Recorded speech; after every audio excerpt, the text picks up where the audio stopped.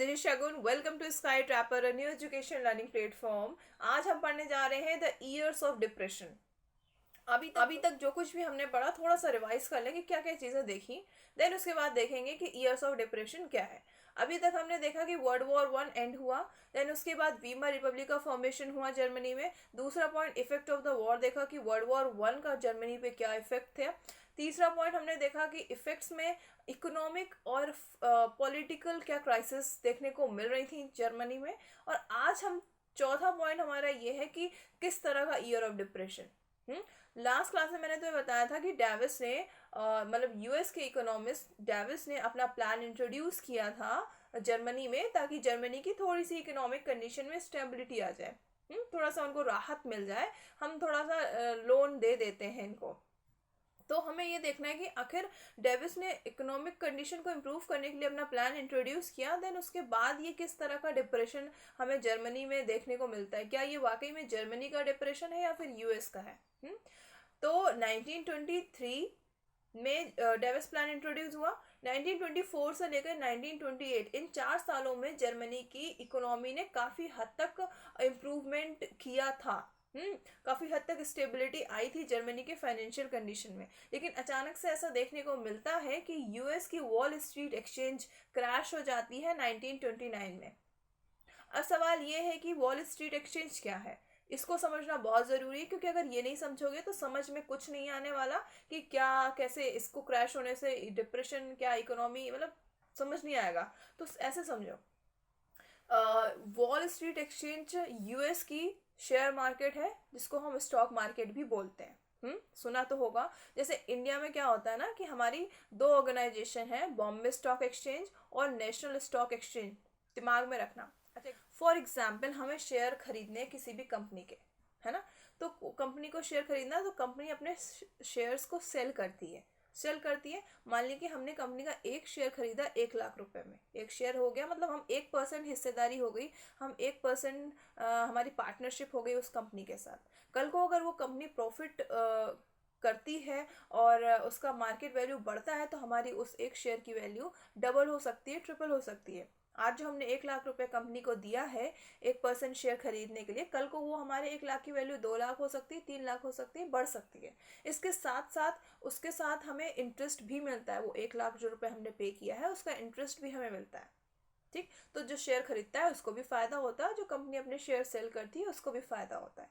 तो ये होता है, कंपनी अगर अपने शेयर्स को बेच रही है तो वो प्राइमरी मार्केट होता है। ध्यान से सुन लो, थोड़ा सा ये बस, ठीक है। उसके बाद अगर हम अपने शेयर्स, हमने मान लो कंपनी को प्रॉफिट हुआ, हमारी शेयर की वैल्यू बढ़ गई, तो हम चाहें तो वो शेयर अपने दोस्त को दे सकते हैं या फिर किसी भी दूसरी कंपनी को सेल कर सकते हैं, किसी को भी सेल कर सकते हैं। तो ये होता है सेकेंडरी मार्केट। अब ये दिक्कत ये यहाँ आती है कि हमें कैसे पता चलेगा कि हमें किस कंपनी में इन्वेस्ट करना है। हम ऐसे ही तो एरी गैरी कंपनी में इन्वेस्ट करने चले नहीं जाएंगे कि कल को उसका कोई प्रॉफिट नहीं हो रहा है, उसका मार्केट कोई वैल्यू नहीं है, उसका टर्नओवर अच्छा नहीं है, तो हम फालतू में उसमें इन्वेस्ट करने चले जाएं। हमें ये कैसे पता चलेगा। तो इसका पता करने के लिए क्या होता है ना, 2 ऑर्गेनाइजेशन है इंडिया में। 2 ऑर्गेनाइजेशन है जिसका नाम है बॉम्बे स्टॉक एक्सचेंज और नेशनल स्टॉक एक्सचेंज। सुना तो होगा। इन कंपनियों, ये जो ऑर्गेनाइजेशन है ये उन कंपनी का रजिस्ट्रेशन कराती हैं जो कंपनियां अपने शेयर्स को सेल करना चाहती हैं, या फिर जो कंपनी जिनका टर्नओवर बहुत ज़्यादा है, मार्केट वैल्यू बहुत ज़्यादा है और बहुत ज़्यादा प्रॉफिट में रहती हैं। तो इन दोनों ऑर्गेनाइजेशंस के कुछ क्राइटेरियाज होते हैं, एलिजिबिलिटी क्राइटेरियाज होते हैं, जिनके थ्रू ये कंपनीज उसमें रजिस्टर करवाती हैं। देन उसके बाद हमें इतना तो पता चल जाता है कि इन कंपनी में हम इन्वेस्ट कर सकते हैं, मतलब इन कंपनी के शेयर्स हम खरीद सकते हैं। जैसे कि रिलायंस जियो हो गया और अमेजोन हो गया, है ना, फेसबुक हो गया, ये सारी कंपनीज मान लिया, ठीक है। तो इन सारी कंपनियों में हम अपना शेयर खरीद सकते हैं, पैसा लगा सकते हैं। अब दूसरी बात ये है कि जैसे इंडिया में बॉम्बे स्टॉक एक्सचेंज और नेशनल स्टॉक एक्सचेंज ये 2 शेयर मार्केट है, उसी तरह से यूएस में वॉल स्ट्रीट एक्सचेंज वहाँ की शेयर मार्केट या फिर स्टॉक एक्सचेंज था। अब समझ में आया, जहाँ पर सारी कंपनीज रजिस्ट्रेशन करवाती हैं अपना क्राइटेरियाज के अकॉर्डिंग, फुलफिलमेंट के, अगर उनके क्राइटेरिया फुलफिल हो पाते हैं कि वो कंपनी हमारे ऑर्गेनाइजेशन में आ सकती हैं, रजिस्टर करवा सकती हैं, तभी वो आती हैं, तभी वो मार्केट में अपना शेयर सेल कर सकती हैं। उसी तरह से वही चीज़ वहाँ पर थी, वहाँ पे सारी कंपनीज रजिस्टर थी, तो उसी में लोग ये देखते थे कि हमें इन कंपनियों में किसी एक में इन्वेस्ट करना है या फिर दो में करना है अपने अकॉर्डिंग। अब एक पॉइंट और है कि हमको कैसे पता चलेगा कौन सी कंपनी बहुत ज़्यादा ग्रो कर रही है, किस कंपनी का टर्नओवर ज़्यादा है। तो इनका पता करने के लिए एक अंकल आंटी बैठे होते हैं, इंडिया में बता रहे, एक है हमारी निफ्टी आंटी और दूसरे हैं सेंसेक्स अंकल। तो ये हमें ये बताते हैं, न्यूज़पेपर में इकोनॉमी वाले पेज में तुमने देखा होगा कि सेंसेक्स अप डाउन होता रहता है ना, एक बुल भी दिखता है तुमको।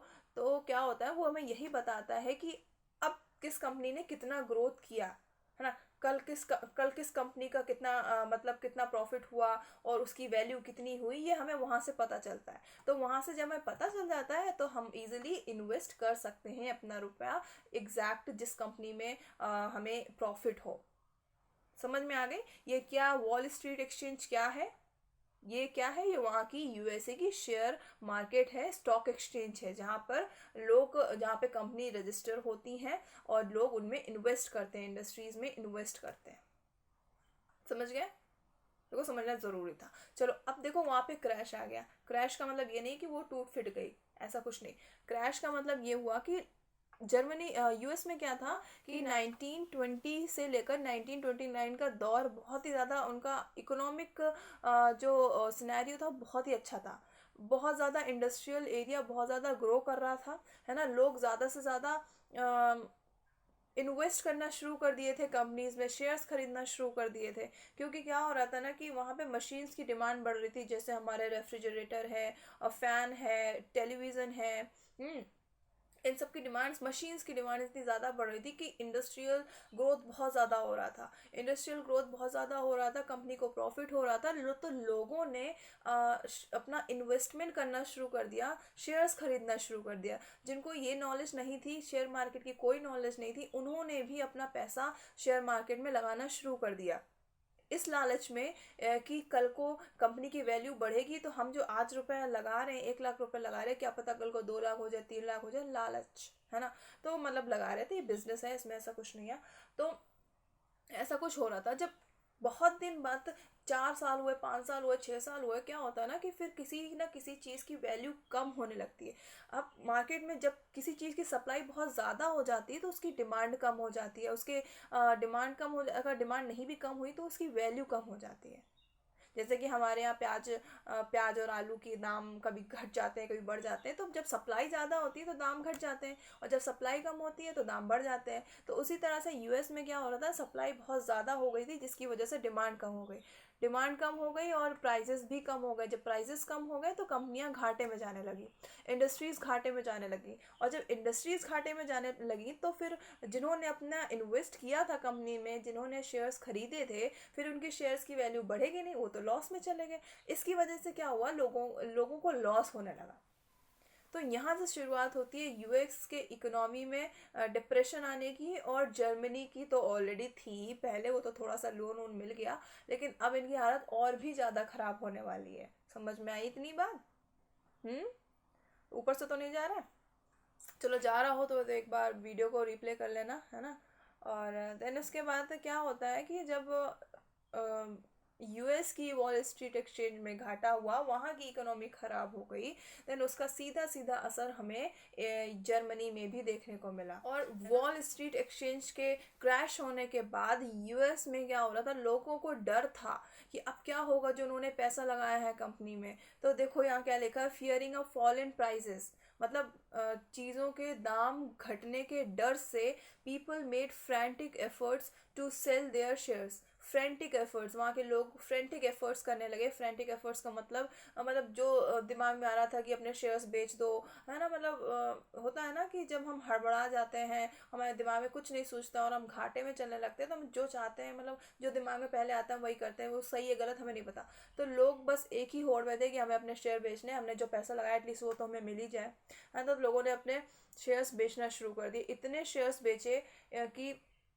एक दिन में 24 अक्टूबर, एक दिन में 13 मिलियन शेयर्स बिक गए। याद रखना ये चीज़। This was the start of great economic depression for USA as well as for Germany also. क्यों जर्मनी? क्योंकि हेल्प तो यूएसए ही कर रहा था ना। अब यूएसए की इकोनॉमी खराब हो जाएगी तो कोई कहा भैया हम पहले अपना संभालें कि तुमको लोन दें, है ना। पहले अब हमको अपना संभाल ले दो, तुम थोड़ा अब अपना देख लो, बहुत हेल्प कर दी हम तुम्हारी, अब थोड़ा सा हमें अपना देखें, हमारी हालत बहुत ख़राब हो रही है यहाँ पे। तो ये सारी चीज़ें थी। अब देखो क्या हुआ। Over the next 3 years between 1929 and 1932 the national income of the USA fail by half. अब अगले 3 सालों में, 2-3 सालों में, 1929 से 32 तक क्या हो रहा था, यूएस की इकोनॉमी आधी हो चुकी थी, नेशनल इनकम आधी हो चुकी थी। अब यहाँ पर फिर से एक टर्म आया, नेशनल इनकम क्या होता है, इसको भी थोड़ा सा ऊपर ऊपर समझ लो। हालांकि तुम इकोनॉमी में शायद तुम्हें पढ़ाया ही जाइए। नेशनल इनकम क्या होता है? नेशनल इनकम कॉम्बिनेशन होता है जीडीपी का, यानी कि ग्रॉस डोमेस्टिक प्रोडक्ट।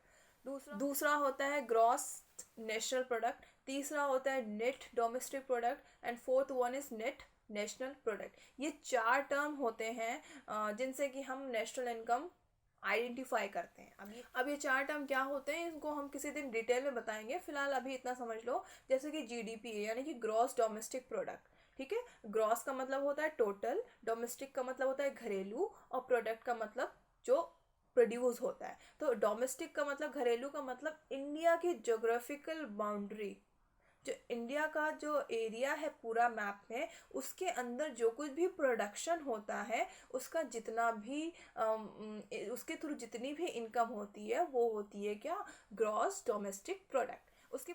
उसके बाद मैंने सेकंड पॉइंट बताया था कि gross national product. National product में क्या आ जाता है कि हमारा जैसे कि इंडिया में क्या हो रहा है ना, कि बाहर की कंपनियां भी आके हमारे यहाँ इन्वेस्ट कर रही हैं, है ना। तो अगर कंपनियां आके यहाँ पर बिजनेस कर रही हैं, जैसे कि सैमसंग है, सैमसंग साउथ कोरिया की कंपनी है ना। तो क्या हो रहा है ना कि सैमसंग आके यहाँ पे अपना काम कर रही है, हमारे यहाँ पे लोगों को एम्प्लॉयमेंट दे रही है, लेकिन जो इसको प्रॉफिट हो रहा है वो हमारे कंपनी में इन्वेस्ट नहीं कर रही है, जो इसको प्रॉफिट हो रहा है वो अपनी कंट्री में दे रही है।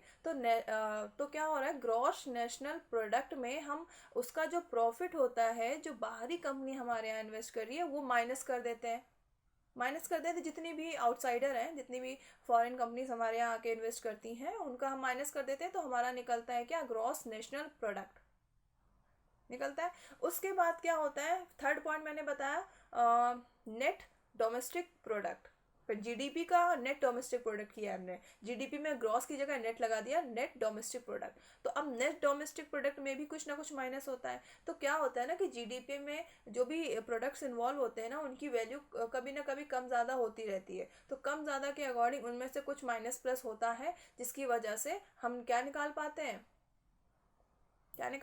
Net domestic product. सेम उसी तरह से हम ग्रॉस नेशनल प्रोडक्ट में जाए तो वहाँ पे भी हम कुछ कम ज़्यादा माइनस करते हैं, तो वहाँ से हमें नेट नेशनल प्रोडक्ट निकल कर आता है। देखो ये 4 टर्म हमें पता है, हमें सही समझ में आओगे, इनको हम तुम्हें अलग से समझाएंगे कि क्या होता है जीडीपी और क्या होती है नेशनल इनकम एग्जैक्टली। फिलहाल तुम इतना समझ लो कि हमारे इंडिया में, हमारी कंट्री के अंदर जितना कुछ भी प्रोडक्टिविटी होती है, उससे हमें जितना भी पैसा मिलता है वो होता है जीडीपी।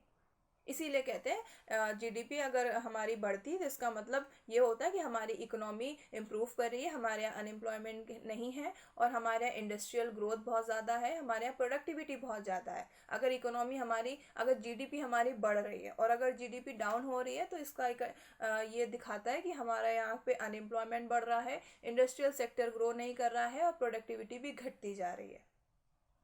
बस इतना समझ लो।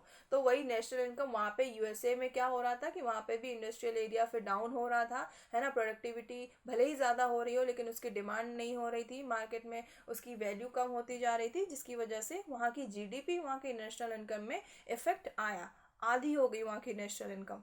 समझ गए इतना पॉइंट। फिर नेक्स्ट पॉइंट क्या हो रहा था कि वहाँ की फैक्ट्रीज बंद हो रही थी, मार्केट पे असर हो रहा था, जिन्होंने भी अपना पैसा लगाया वो वापस ले रहे थे, बेरोजगारी फिर से बढ़ने लगी। The effect of this recession in the US economy were felt worldwide. Recession का मतलब आर्थिक तंगी, है ना। यूएस की इकोनॉमी डाउन होने से पूरे वर्ल्ड में इसका असर देखने को मिल रहा था। इतनी बात हो गई। ये तो सिर्फ यूएस का बताया है कि यूएस में वॉल स्ट्रीट एक्सचेंज के क्रैश होने के बाद वहाँ की क्या कंडीशन थी। अब वापस से आ जाओ अपने मेन मुद्दे पे, जर्मनी में क्या कर देखते हैं हमारे छोटे भाई के क्या हालात थे, मतलब इन्होंने क्या किया। इनके यहाँ तो वैसे भी हालत ख़राब थी, और अब इनके यहाँ क्या कंडीशन है, चलो देखते हैं, बहुत इंटरेस्टिंग है। अब देखो, The economic crisis created deep anxiety and fear in people. The German economy was the worst hit by the economic crisis.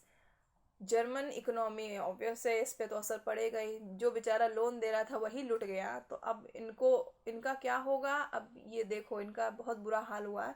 इनका क्या है, लोगों ने नौकरियां खो दी। हम्म नौकरियां खो दी। तो जब नौकरियां लोगों की चली गई तो लोग बेरोजगार हो गए। बेरोजगार हो गए, नौकरी नहीं मिल रही थी, तो लोगों ने अपने गले में एक बैनर टांग दिया जिसको यहाँ पर लिखा हुआ है, placard around their neck saying willing to do any work, कि वो कोई भी काम करने को तैयार है, भैया हमको नौकरी दो।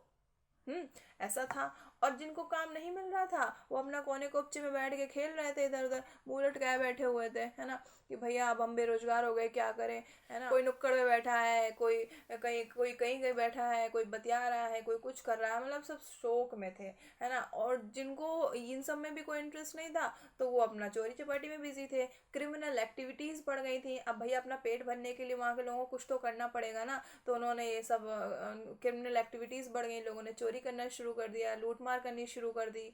और कुछ लोग जो थोड़े से सेंसिबल थे कि यार चोरी चपाटी से कुछ होगा नहीं, ये गली कोपचे में बैठने से भी कुछ नहीं होगा, लाओ थोड़ा सा भटक लेते हैं नौकरी के लिए, शायद कुछ मिल जाए ना, शायद ही कुछ मिल जाए, कुछ भी नौकरी मिल जाए। तो सब वहाँ पे लाइन लगा के खड़े हो जाते थे, लंबी सी लाइन कतारें देखने को मिलती थी जर्मनी में जॉब के लिए।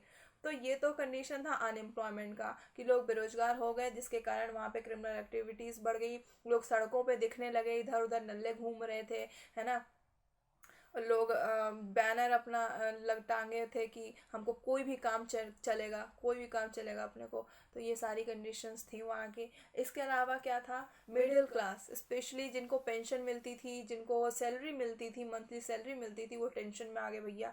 उन्होंने कहा अब क्या करें हम, क्योंकि क्या हो रहा था ना कि जब इकोनॉमी फॉल होती है तो सैलरी भी कम होती है ना। और मार्केट में चीज़ों की वैल्यू बढ़ जाती है, मतलब महंगाई आ जाती है। अब देखो हमारे यहाँ भी कोरोना पैंडमिक चल रहा है, इसके चलते कई सारे लोग बेरोजगार हो गए। लोग बेरोजगार हो गए तो लोगों की सैलरियाँ कम हो गई, है ना, देखने को मिला। ये जीता जागता एग्जाम्पल है तुम्हारा। फ़र्क बस इतना है कि ये वो कीड़े की वजह से एक वायरस की वजह से हुआ है, और वहाँ पे वो वर्ल्ड वॉर की वजह से हुआ, है ना। बस इतना सा फ़र्क है, बाकी कंडीशन सेम है ना। तो क्या हो रहा था कि लोग लोग क्यों परेशान थे अपनी ये पेंशनर्स और जिनको सैलरी मिलती थी वो क्यों परेशान थे? वो इसलिए परेशान थे क्योंकि लास्ट क्लास में हमने तुम्हें पढ़ा था कि जर्मन की जो करेंसी थी उसकी वैल्यू डाउन हो चुकी थी। वो अंधाधुंध जो करेंसी प्रिंट कर रहे थे, जिसकी वजह से वहाँ की मनी की वैल्यू डाउन हो गई थी। अब लोगों की जो सेविंग्स थी, उन्हें ये डर था कि जो हमने लाखों रुपए सेव करके रखे हुए हैं, तो किसी बड़े काम के लिए आगे आगे चलने के लिए, मतलब आगे काम आने के लिए, वो तो अब हमारे सब खत्म हो जाएंगे, क्योंकि आज हमें अपना पेट भरने के लिए लाखों रुपए खर्च करने पड़ रहे हैं। तो वो थोड़े सारे सब टेंशन में आ गए, भैया अब क्या होगा हमें नहीं पता, टेंशन में आ गए। इसके साथ साथ जो स्मॉल बिजनेसमैन थे, मतलब जो छोटे छोटे बिजनेसमैन जिन्होंने अभी शुरुआत की, जिनका स्टार्टअप था, वो सब ठप हो गया, है ना, उनका धंधा सब चौपट हो गया। और फिर नेक्स्ट पॉइंट है जो कि बहुत इंपॉर्टेंट है, लिखा हुआ है कि these sections of society were filled with the fear of proletarianization. अब ये समझो, दीज सेक्शन ऑफ सोसाइटी, ये कौन से हैं दीज सेक्शन? जमींदार सुना है, लैंडलॉर्ड्स वगैरह सुना है, तो दीज सेक्शंस में वही सारे लोग हैं जिनको उनको ये डर था कि इकोनॉमी के गिरने की वजह से उनका जो भौकाल है वो खत्म हो जाएगा। कैसे? अब लोगों के पास खुद के खाने के लिए नहीं है तो तुम क्या वसूली करोगे, है ना, तुम क्या अपनी मनमानी चला पाओगे? तो इस वजह से इनको ये डर था कि हमारी भी वैल्यू कम होगी, हमारी जो औकात है वो भी कहीं कम ना हो जाए, तो इनको इस बात का डर था। तो वही चीज़ यहाँ पर लिखी है, the anxiety of being reduced to the rank of working class, और वर्स कंडीशन और भी ज़्यादा वर्स हो सकती हैं, स्टिल द अनएम्प्लॉयड, जिसकी वजह से क्योंकि लोग इतने ज़्यादा बेरोजगार हो गए हैं, वो खुद ही नहीं कमा पा रहे हैं, हमको क्या देंगे। तो ये चीज़ समझ गया। अब नेक्स्ट पॉइंट है, ये है the large mass of peasantry. अब बिजनेसमैन जिनको सैलरी मिलती थी, वो पेंशनर्स, वहाँ का यूथ जो अनएम्प्लॉयड हो गया था, इनके अलावा अगर और किसी को नुकसान हो रहा था तो वो थे फार्मर्स, वहाँ के विमेंस, क्योंकि क्योंकि उनके गुड्स के प्राइसेस, उनके अनाज के दाम भी घट गए थे, जिसकी वजह से उनको आज पैसा ही नहीं मिल रहा था मार्केट में। वो जो विमेंस थी गांव में, जो थोड़ा सा रूरल एरिया होता है वहाँ पे जो लोग काम करने वाले लोग थे जो खेतों में काम करते थे, अब उनको उनके उनकी भी आर्थिक स्थिति खराब हो रही थी, उनको अपने बच्चों का पेट भरने के लिए 2 टाइम का खाना भी नसीब नहीं हो पा रहा था ढंग से। ये हालात थे वहाँ के। अब सोचो कितना ज़्यादा इफेक्ट हुआ होगा इकोनॉमी में कि लोग, किसान भी अपना पेट नहीं भर पा रहा है। तो यही सब चीज़ें काउंट होती हैं ईयर्स ऑफ डिप्रेशन में। कहाँ की, यूएस की भी अपनी जगह, और क्योंकि हम जर्मनी का पढ़ रहे हैं तो जर्मनी का अपनी जगह। नेक्स्ट पॉइंट है big business was in crisis. Obvious है, बड़ी बड़ी कंपनियां जिनमें लोगों ने इन्वेस्ट किया था वो अपने शेयर्स वापस ले रही हैं, उनका पैसा तो देना ही पड़ेगा ना जिनका पैसा लेके बैठे हो।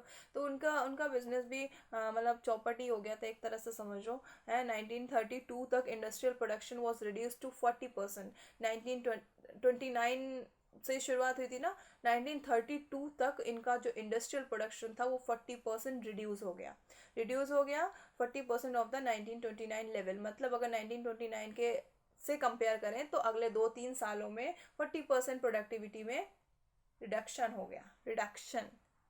समझ गए इतनी बात? तो ये सारी चीज़ें थी। अब क्या हो रहा था कि फॉल हुआ इकोनॉमी में, लोग इतना परेशान थे। सवाल ये है कि आखिर खुश कौन था जब वहाँ पे सब दुखी थे? तो कौन लोग ऐसे थे जो चीज़ें मैनेज कर पा रहे थे? तो अब यहाँ पर लिखा हुआ है कि only organised worker could manage to keep their head above the water, but unemployment weakened their bargaining power.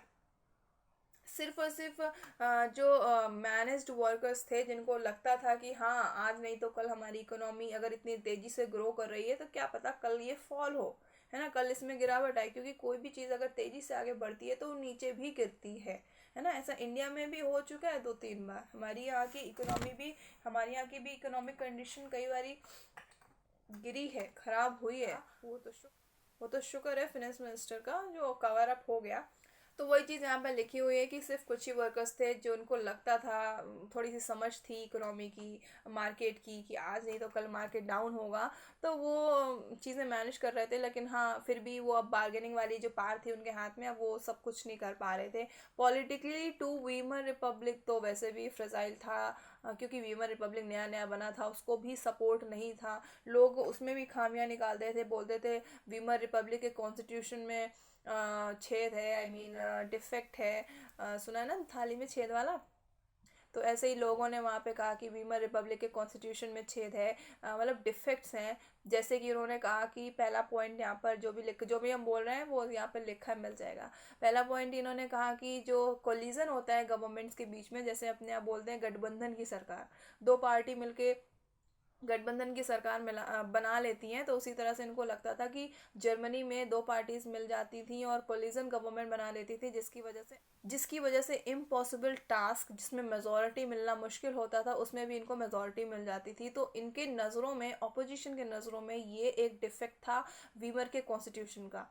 दूसरा डिफेक्ट इनको ये लगा कि आर्टिकल 48 जो जर्मनी के संविधान में था, आर्टिकल 48, जिसके तहत वहाँ का प्रेसिडेंट इमरजेंसी लगा सकता है ना, वहाँ का जो भी रूलर है वो इमरजेंसी डिक्लेयर कर सकता है, सिविल राइट्स को डिनाई कर सकता है, एक अपनी हुकूमत जता सकता है। तो अपोजिशन को ये भी लगता था कि ये आर्टिकल 48 जिसकी वजह से ये लोग प्रेजेंट गवर्नमेंट अपनी मनमानी चलाती है ना, ये सही नहीं है, ये डिफेक्ट्स हैं वीमर के संविधान में। तो उन्होंने चीज़ों को समझने की बजाय, होता है अपोजिशन है, चीज़ों को समझने की बजाय वो तो ब्लेम करता ही है ना। तो ये 2-3 तरीके से ब्लेम, तो इस तरह से लोगों ने ब्लेम भी किया वीमर को। और ऐसा भी कहा गया कि वीमर रिपब्लिक ने अपने जितनी भी उनकी ज़िंदगी थी, मतलब जितना भी उनका कार्यकाल था, टाइम पीरियड था, वर्किंग पीरियड था, 239 डेज़ यहाँ पे लिखा हुआ है। तो 239 डेज़ में वीमर रिपब्लिक ने कैबिनेट्स को 20 बार बदला। कैबिनेट्स क्या होते हैं? मिनिस्टर्स होते हैं, है ना। बहुत जो कैबिनेट मिनिस्टर्स होते हैं ना, इनकी पोजीशन बहुत ज़्यादा हाई होती है ना। ये पार्लियामेंट में बैठते हैं सारे मिनिस्टर्स। ये कह सकते हो जो आईएएस होता है ना, आईएएस, तो उसकी जो सबसे हाई पोस्ट होती है वो कैबिनेट मिनिस्टर की होती है। तो इन्होंने कई बारी बदलाव किया है। यहाँ पे 20 बार लिखा है 20 different cabinet lasting on an average in 239 days. उन 239 डेज में 20 बार इन्होंने कैबिनेट्स का बदलाव किया। उसके बाद भी कंडीशंस इम्प्रूव नहीं हुई। तो यही सारी चीज़ें जो अपोज कर रहे थे लोग उन्होंने सामने रखा। इन सारी चीज़ों को ध्यान में रखते हुए जो जर्मनी को क्राइसिस फेस करनी पड़ी थी, जिसकी वजह से अब लोगों का एक डेमोक्रेटिक गवर्नमेंट से भरोसा उठ चुका था। वो तो ऑलरेडी बिलीव नहीं करते थे डेमोक्रेसी में, लेकिन फिर भी अब जो क्राइसिस, इकोनॉमिक क्राइसिस बहुत ज़्यादा जिस बढ़ गई, तो लोगों ने अब पूरी तरह से बॉयकॉट करना शुरू कर दिया डेमोक्रेटिक गवर्नमेंट को, है ना। Yet the crisis could not be manage, people lost confidence in the democratic parliamentary system which seemed to offer no solution. जिनको लगता था कि नहीं, कहीं ना कहीं ये डेमोक्रेटिक गवर्नमेंट हमको आगे चल के फ़ायदा मिलेगा इससे, तो अब वो लोगों का भी जो भरोसा था अपनी सरकार के लिए वो भी कम होने लगा। समझ रहे हो। तो ये सारा था क्या, ईयर्स ऑफ डिप्रेशन, जहाँ पे हमने देखा कि यूएस की इकोनॉमी में असर पड़ने से जर्मनी में क्या हुआ, है ना, यूएस में क्या हुआ, वहाँ पर जो हुआ वो तो वही होगा, है ना। उसके अलावा जर्मनी में जो इतना तबाही मच गई वो सारी चीज़ हमने देखा। और अब हम देखेंगे कि यार ये कब तक गरीबी झेलेंगे ये जर्मनी वाले, है ना। कब इनके सर में मतलब सूरज आएगा, कब ये थोड़ा खिलखिलाएंगे, है ना, कब इनके अच्छे दिन आएंगे। कब ऐसा इनको प्राइम मिनिस्टर मिलेगा जो इनके यहाँ अच्छे दिन ला सकता है। तो अब हम नेक्स्ट क्लास में जो पढ़ने वाले वो बहुत इंटरेस्टिंग है, क्योंकि नेक्स्ट क्लास में हम जो पढ़ेंगे उसमें होगी हिटलर की एंट्री, जिसका हम डे 1 से इंतज़ार कर रहे हैं। हम नाजी पार्टी पढ़ रहे हैं, हम हिटलर पढ़ रहे हैं, नाजिज्म सुन रहे हैं, लेकिन अभी तक हिटलर के बारे में कुछ नहीं जाना। और जाना भी तो सिर्फ इतना जाना फर्स्ट क्लास में कि उसने सुसाइड कर लिया। अरे भाई, पूरी कहानी नहीं जानी, सुसाइड पहले जान लिया। तो अब हम कल से हिटलर के बारे में पढ़ेंगे। तो अभी तक जो पढ़ा है, नेक्स्ट क्लास को समझने के लिए वो सारी चीज़ें रिवाइज कर लेना, और फिर जो भी हम पढ़ेंगे वो तुम्हें अच्छे से समझ में आएगा। और एक बात, जो भी हम तुम्हें पढ़ाते हैं, अगर तुम्हें इसका कंटेंट चाहिए, पीडीएफ चाहिए, तो तुम मेरे Telegram group sky trapper official को ज्वाइन कर सकते हो, है ना। और अगर तुम्हें कोई भी डाउट है, कोई भी क्वेरी होती है, तो लाइव डिस्कशन के लिए तुम इंस्टाग्राम पे ऐड हो सकते हो, जहाँ पे तुम अपने डाउट्स क्लियर कर सकते हो। ठीक है। सो आज के लिए इतना ही। Till then, be happy, be safe and bye bye.